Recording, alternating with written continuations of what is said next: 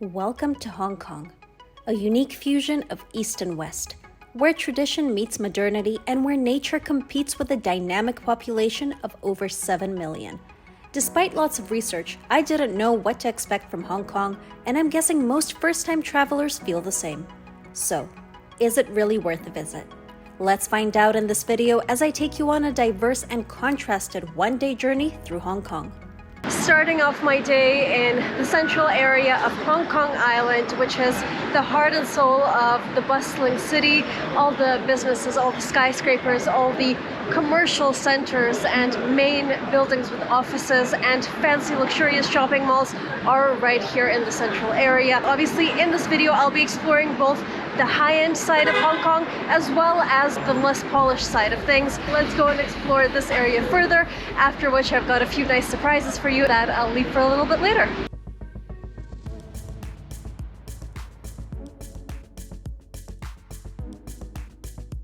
Even in a concrete jungle like this, you've still got spaces with greenery. This is what reminds me that Hong Kong is a natural oasis at the end of the day, no matter how many skyscrapers you see around you.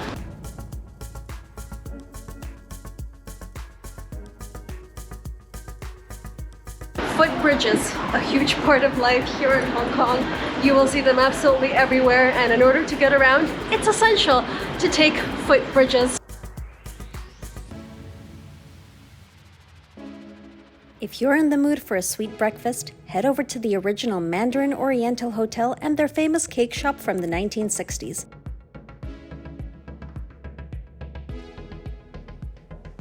As I bask in the rich flavor of their signature cheesecake, I'm reminded that this is only one of 263 islands that make up Hong Kong, and my one-day visit means I only have time to explore the main Hong Kong island as well as some of Kowloon. So what's really impressive is that we've been driving for about 15 minutes to our next stop, and it's only now that I can see the surroundings turning into something a little bit more rural.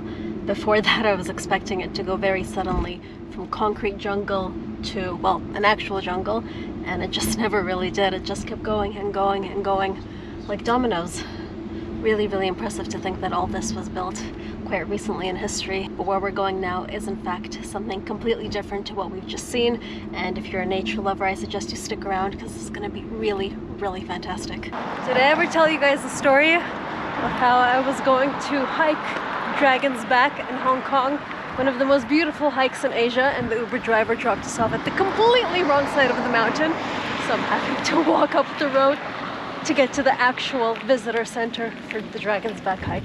Almost killing myself in the process. Okay, well this is more like it. About an hour hike to the first viewpoint, and then hopefully from there I'll be able to show you what the landscape looks like from above. I think it'll be worth it. Let's find out. The Dragon's Back hike in Hong Kong has different trails you can choose from, so you can hike anywhere between 1.5 hours and the whole day. No matter what trail you go for, you will be sure to get amazing views, but you might need to prepare yourself for some wind. Stunning, stunning place. Even with the wind, it is absolutely magnificent. It was time to head back to the bustling city, and I was keen to learn more about local life, so I started a conversation with my taxi driver, who had a few very valid points. Why you come to Hong Kong 24 hours? Is Hong Kong expensive to live? Oh, very, very expensive. Yeah. The restaurant, they're paying all the expensive Hong Kong. At this point, it was vital for me to explore a less polished side of Hong Kong to reflect the lives of the majority of the population here. Perfect contrast of Hong Kong. Look at that glass skyscraper, and then a dark street like this. Hong Kong isn't just one thing. It's not just the glass skyscrapers. It's not just the nature. It's not just the buildings with all the air conditioning units sticking out that look like they really do need an update. This being a perfect example. It's everything. It's so mixed, so contrasted. It is a city that isn't defined by one thing in particular, but by the multitude of everything coming together at once. That's the beauty of it, but at the same time it's something that makes me a little bit uncomfortable, if I'm being perfectly honest, because I don't really know what category it fits in and how to define it. that is my first impression of Hong Kong, and I have to be honest with you guys, I haven't yet decided if I like it here or not. So if you watch until the end of this vlog, I will give you my updated opinion at the very, very end, so you can decide for yourselves if a stop in Hong Kong is worth your time or not.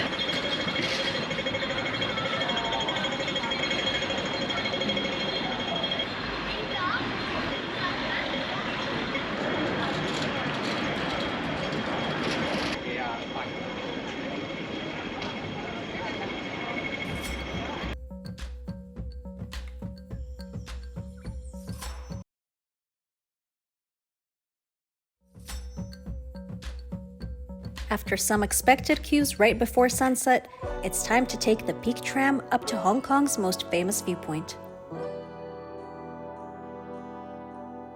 Well, even though the tram experience was a lot more organized than somewhere like Bogota or Santiago de Chile, which is two videos that I'll link in the description below, where I also took trams to see viewpoints, here they sort of made a whole shopping mall out of a viewpoint, which is slightly bizarre in my opinion. The view is kind of secondary when you get in, but I also bought tickets to something called the Terrace 428, which is at the very, very top of the mall and is basically like an observation deck with a glass terrace.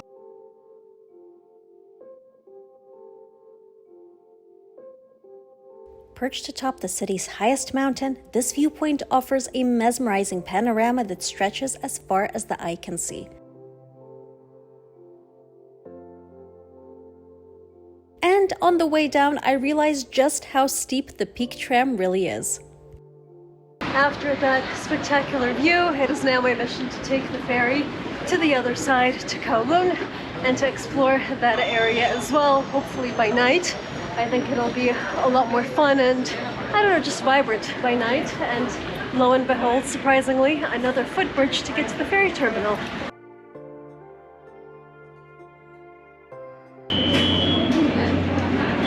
Okay, over there. So you can buy a ferry ticket with a contactless payment card, which is great because you don't need to have their local travel card. That was 5 Hong Kong dollars per person, so divided by 8, meaning it was less than $1 US, which is really good value for money.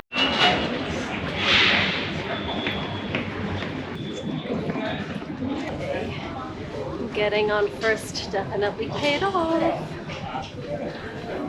Nice. Well, I actually had no idea, but this is in fact the perfect time to be taking the ferry because it's sort of day turning into night. You can see all the lights on the buildings coming to life. It's a whole different side to Hong Kong.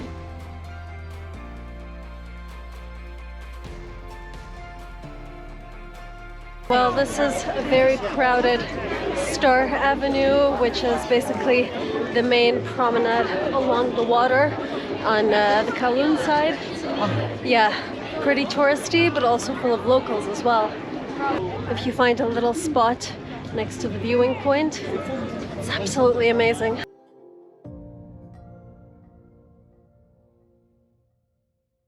I'm approaching the main shopping mall called K11 in this area now. Honestly, it reminds me of the Atlantis in Dubai. It's absolutely no wonder that there are so many billionaires here. Actually, this is the second place in the world for most billionaires in a city. And when you come to a place like this, you can see why.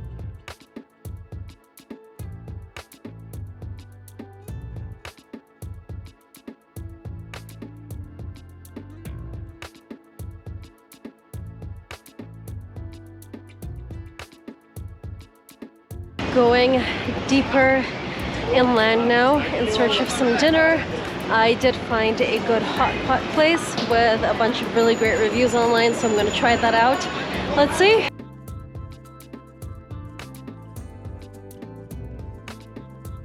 Well, it looks like the hot pot restaurant I found does not exist anymore, so time for a plan B. My local friend rescued me and brought me to a hidden gem called the Dragonfly bar in the Soho area. As I became a part of the vibrant local nightlife around me, I reflected on Hong Kong and the unique place that it is. Is it entirely my vibe? Probably not. But is it worth visiting? 100%.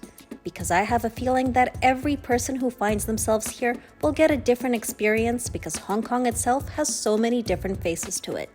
So, if you're thinking of visiting Hong Kong, let me know in the comments below. And subscribe to see more epic travel guides around the world.